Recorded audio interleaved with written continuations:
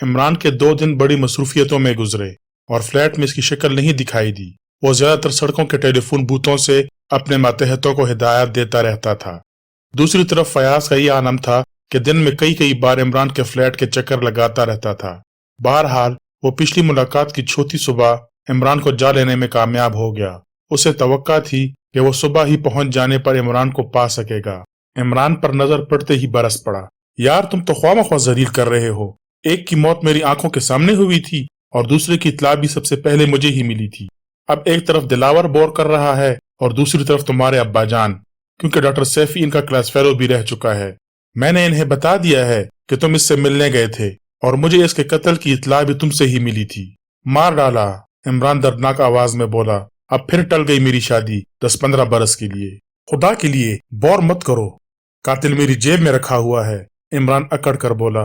मगर खान दिलावर और मिसेस चंगेजी की मौजूदगी में इसकी हथकड़ियां लगाना चाहता हूँ। अगर वो टमाटर की चटनी डॉक्टर सिरका जबी भी मौजूद हो तो बस मजा ही आ जाएगा।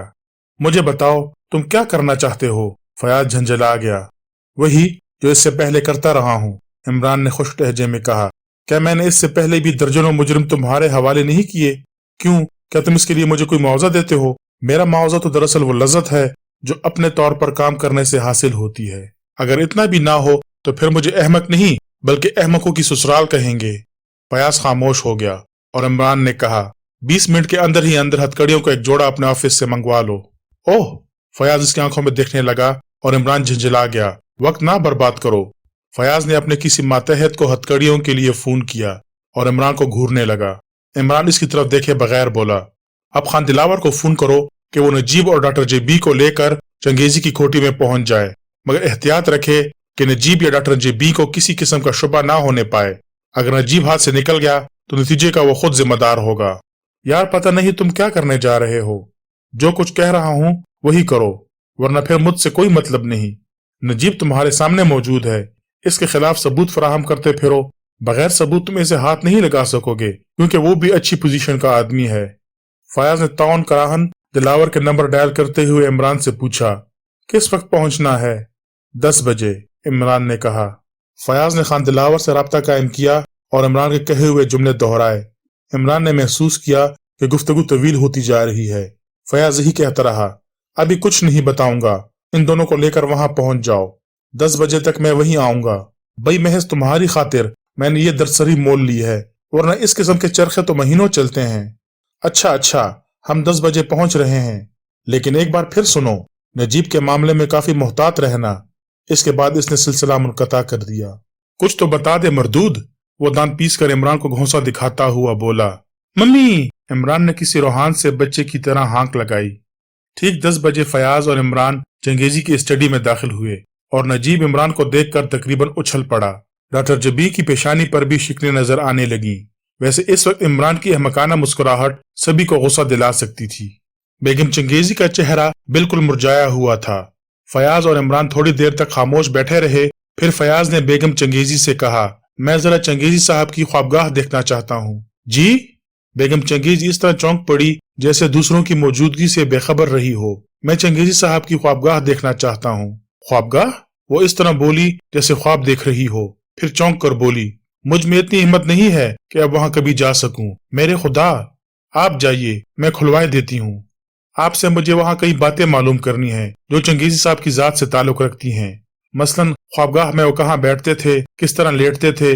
बेहतरी बातें ख्वाबगाह की सिचुएशन ही देखकर पूछी जा सकती हैं। अगर आप किसी किस्म की कमजोरी महसूस कर रही हो तो अपने दोस्तों को भी साथ ले चलिए, मुझे कोई इतराज ना होगा। मिसेस चंगेजी ने दिलावर की तरफ देखा। हाँ, चलना ही चाहिए, दिलावर बोला, हम सब चलेंगे। पुलिस की मदद किए बगैर मुजरिम हाथ नहीं आएगा। मिसेस चंगेजी तौन कराहन उठी, वो सब ही उठ गए, लेकिन नजीब बेतालुकाना अंदाज में बैठा ही रहा। चलो ना यार, दिलावर ने इससे कहा। नहीं भाई, मैं माफी चाहता हूँ। पिछली रात से पुलिस वालों की शक्लें देखते देखते मेरी आंखें पथरा गई हैं। जहन पर पत्थर की सिल सी रखी हुई मालूम होती है। मेरे होने या ना होने से क्या फर्क पड़ेगा। दफतन इसकी और मिसेस चंगेजी की नजरें मिली और वो इस तरह उठ गया जैसे सोफे का कोई स्प्रिंग टूटकर कपड़े से बाहर निकल आया हो। फयाज ने इमरान की तरफ देखा और इमरान इसे आंख मारकर मुस्कुराने लगा। वो जीने तय करके ऊपरी मंजिल पर आए। खान दिलावर और मिसेस चंगेजी आ गए थे। ओह, इसकी कुंजी! मिसेस चंगेजी ने बेबसी से कहा। मैं नहीं जानती कि इसकी कुंजी कहाँ होगी। वो अपनी ख्वाबगाह खुद ही मुकफल करते थे। आहा, तो ये इनके बाद से अब तक नहीं खोली गई? फयाज ने कहा। जी नहीं। फयाज ने हैंडल घुमाकर दरवाजे को धक्का दिया, मगर वो मुकफल ही था। दिखाऊं हाथ की सफाई? इमरान ने बेढंगेपन से हंसकर कहा। क्या? फयाज गुस्सीले अंदाज में इसकी तरफ मुड़ा और इमरान ने सहम जाने की एक्टिंग करते हुए कहा, यानी ये कि मैं कफल खोल सकता हूँ, अगर कोई पतली और नोकीली चीज मिल जाए। यानी कि हाँ। कुछ देर बाद एक लंबी कील मिल सकी, जिसकी मदद से इमरान ने कफल खोल लिया और वो अंदर दाखिल हुए। लेकिन फिर वो सब के सभी दरवाजे के करीब रुक गए। सामने वाली दीवार पर 4 रंगीन लकीरें नजर आ रही थीं। 3 तो बिल्कुल ऐसी ही थीं जैसे खान दिलावर की दही खोटी के इस कमरे में मिली थीं, जिसमें मिस्टर चंगेजी का कयाम था। लकीरें? बेगम चंगेजी ने सस्कारी सी ली और हिज़्याती अंदाज में बोली, हाँ, यहाँ तो छोटी भी मौजूद है। मैं देखूंगी। वो तेजी से दीवार की तरफ बढ़ी। ठहरो, क्या करती हो? खान दिलावर ने छलांग लगाई और दोनों हाथ फैलाकर इसकी राह में हायल हो गया। हटो, हट जाओ जलील कमीने, मैं भी जाऊंगी। हटो, हट जाओ खान दिलावर, दफतन इमरान गरजा। इसका लहजा बेहद खुनख्वार था। फयाज बुखलाकर इसकी तरफ देखने लगा और फिर इसने मकाना अंदाज में पलकें चिपकाई, क्योंकि वो इमरान के हाथ में रिवाल्वर भी देख रहा था। क्या मतलब है? खान दिलावर आंखें निकाल कर बोला। अगर ये मरना ही चाहती हैं तो इन्हें मरने दो, वरना मैं तुम्हें गोली मार दूंगा, इमरान ने कहा और बकिया लोगों से हटकर खड़ा हो गया। ऐसे संजीदा मौके पर मजाक करना छिछोरापन है, मैं इसे पसंद नहीं करता। खान दिलावर आपे से बाहर हो गया। खेल खत्म हो चुका है बेटे, अपने हाथ हथकड़ियों के लिए पेश कर दो। क्या? हर एक की जुबान से बैक वक्त निकला। डॉक्टर जबी और मिस्टर नजीब, तुम दोनों बेगम चंगेजी को पीछे हटा लो, इमरान ने कहा। तुम्हारा दिमाग तो नहीं खराब हो गया? फयाज धाड़ा। मैं इस वक्त सिर्फ डिफेंस मिनिस्टर को जवाबदेह हूँ फयाज साहब। इमरान का लहजा बेहद सर्द था। तुम इन मामलात में दखल ना दो। दिलावर तुमसे ज्यादा मेरा दोस्त है, लेकिन मेरा फर्ज, मेरा ही नहीं बल्कि हर शहरी का फर्ज है कि अगर इसका बाप भी कानून शिकनी करे तो इसे भी कानून के हवाले करने से ना हिचकिचाए।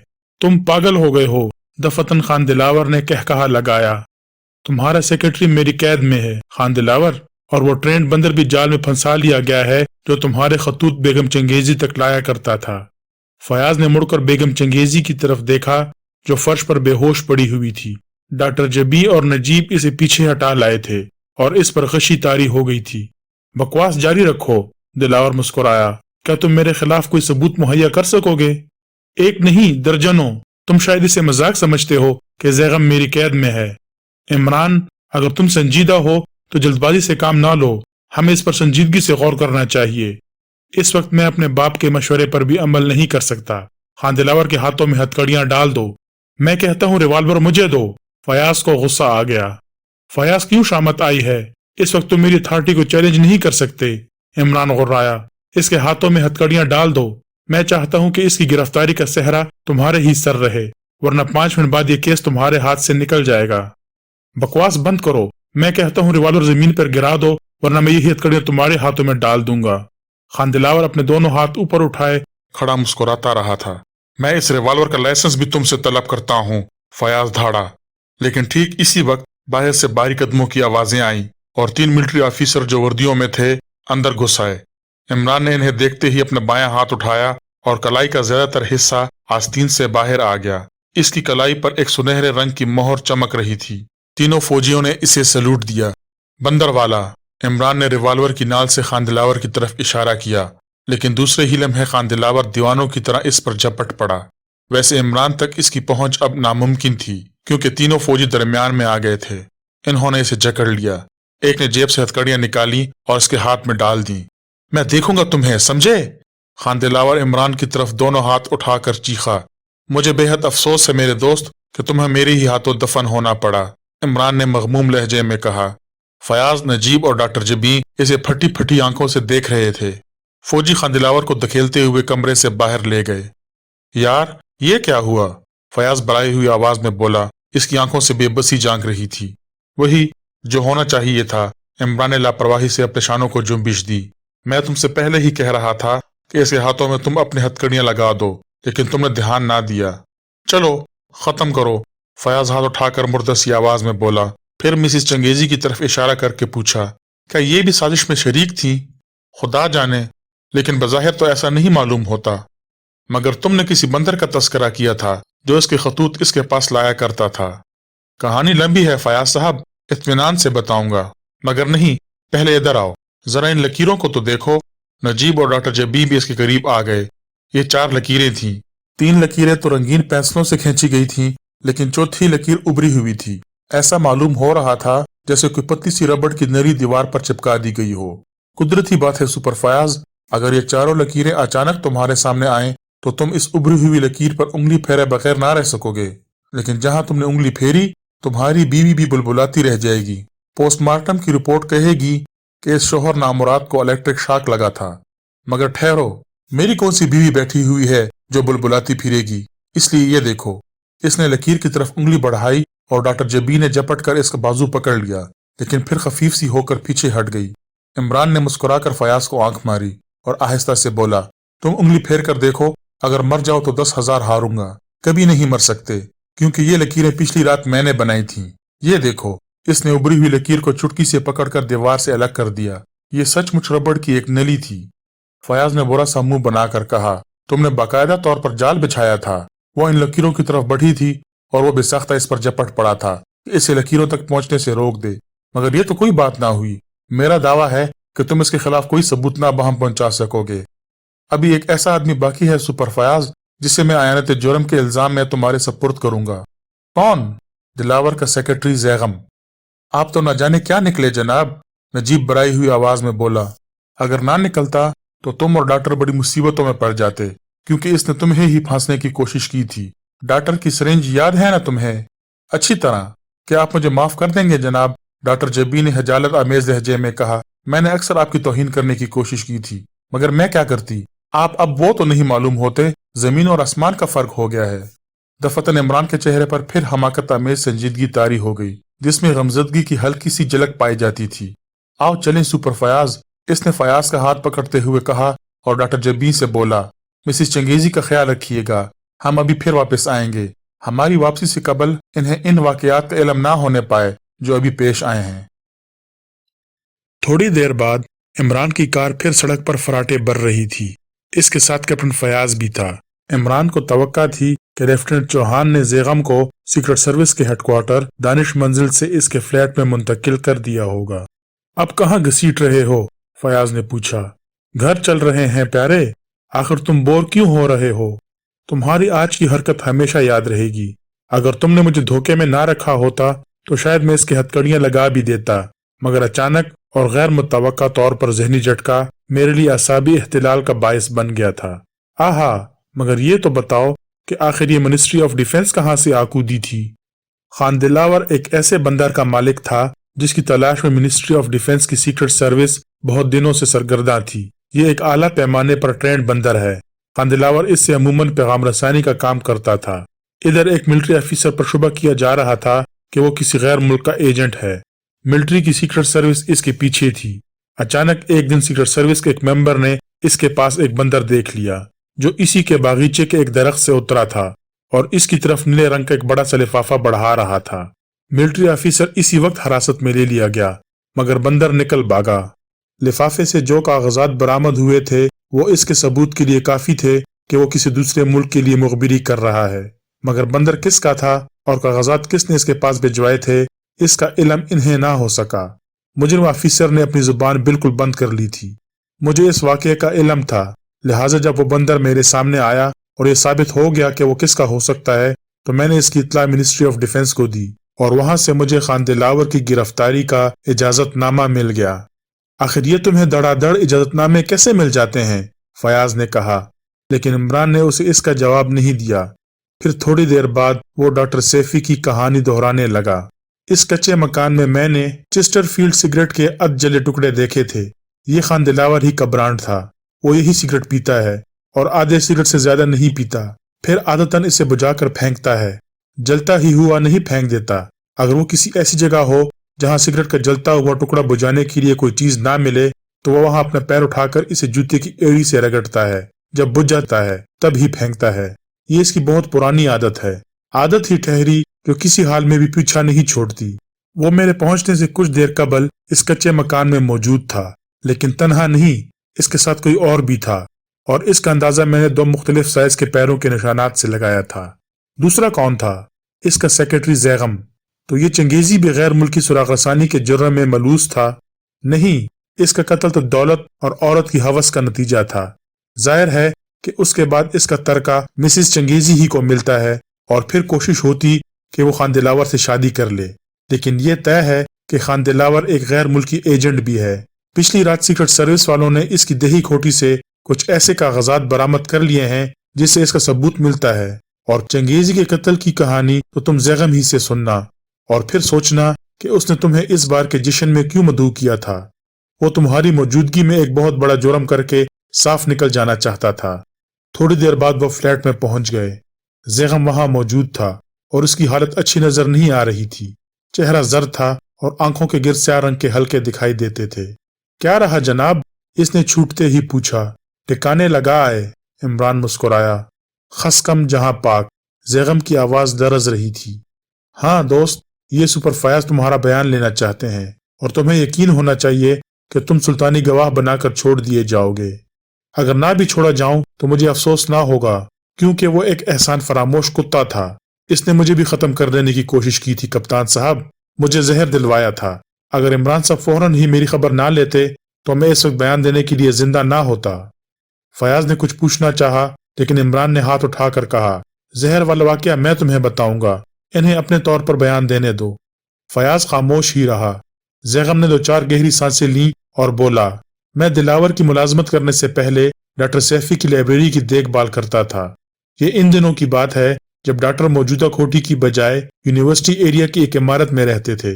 चूंकि वहां तनख्वाह कम थी और मेरे हौसले बुलंद थे, इसलिए मैंने डॉक्टर की मुलाजमत तर्क कर दी और किसी तरह खान दिलावर तक आ पहुंचा।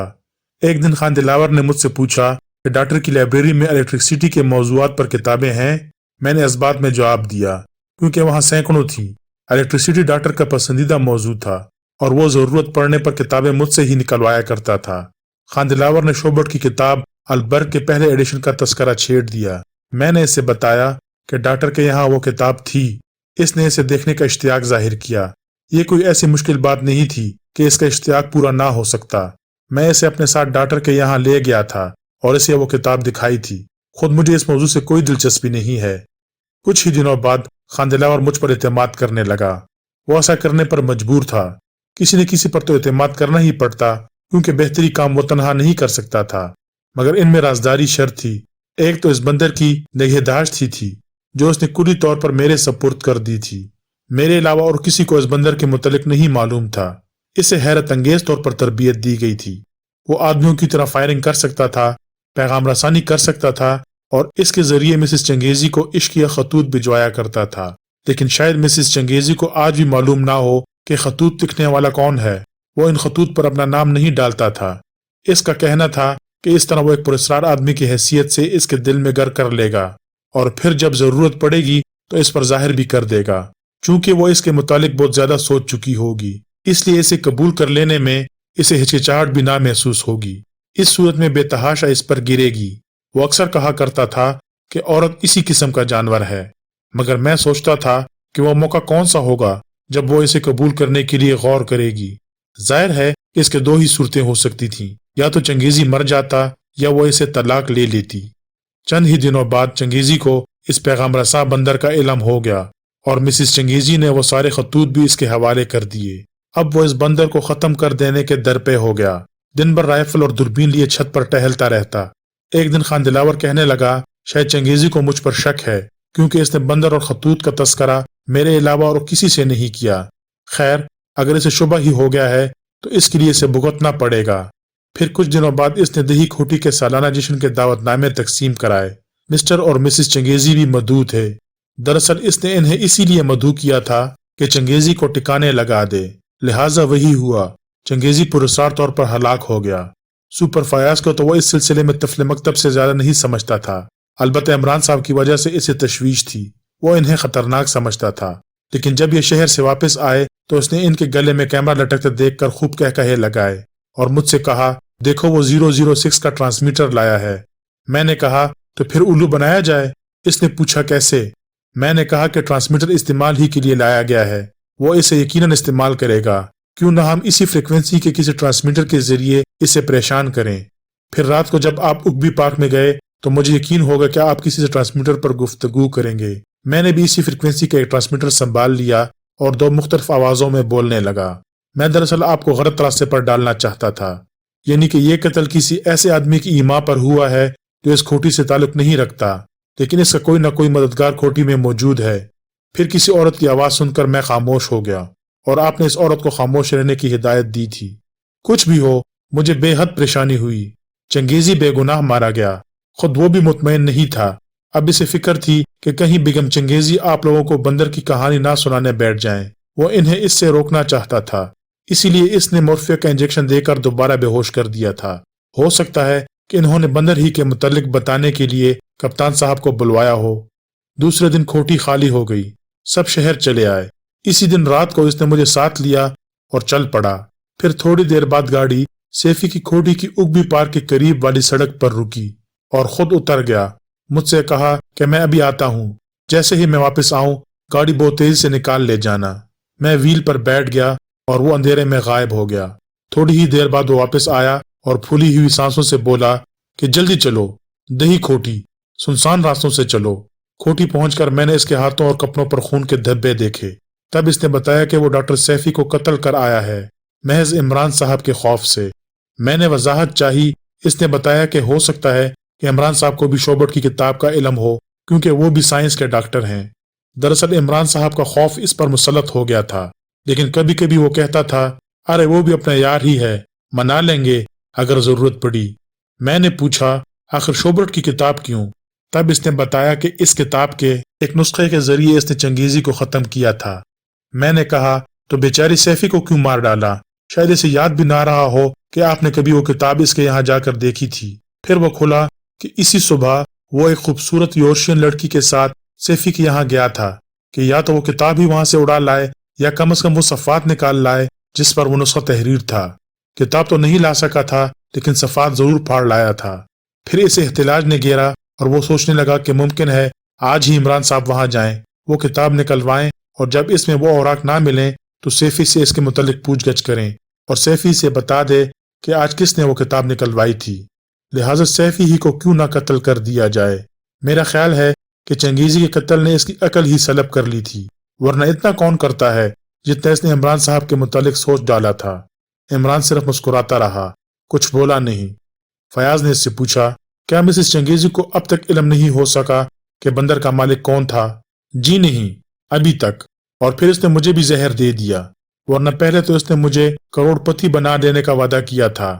کہا تھا کہ میں تو صرف اس عورت کو حاصل کرنا چاہتا ہوں، چنگیزی کی دولت سے مجھے کوئی سروکار نہیں ہے، میں تمہیں اس کے املاک اور کاروبار کا مختار عام بنا دوں گا، زندگی بھر عیش کرنا۔ تھوڑی دیر بعد فیاض نے کوتوالی فون کر کے پولیس کار طلب کی اور زیغم کو کوتوالی بھجوا دیا۔ عمران نے فیاض کو روک لیا تھا۔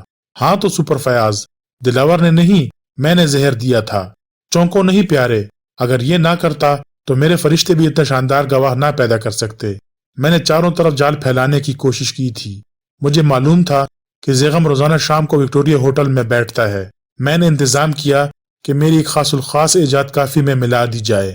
خاصیت اس ایجاد کی یہ ہے پسر کہ اگر کوئی صرف ایک ماشا صفوف اپنے مادے میں اتار جائے تو 5 منٹ کے اندر ہی اندر اس کے دماغ کا کباڑا ہو سکتا ہے، یعنی بالکل آؤٹ۔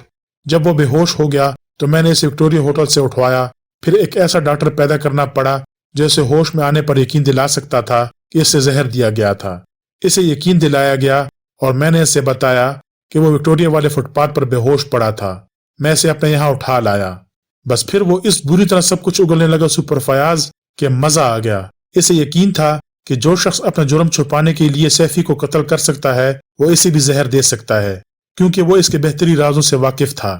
اچھا اب تم جاؤ اور مسز چنگیزی کو بتا دو کہ چنگیزی کا قاتل گرفتار کر لیا گیا ہے، لیکن اسے بندر اور خطوط کے متعلق ابھی کچھ نہ بتانا۔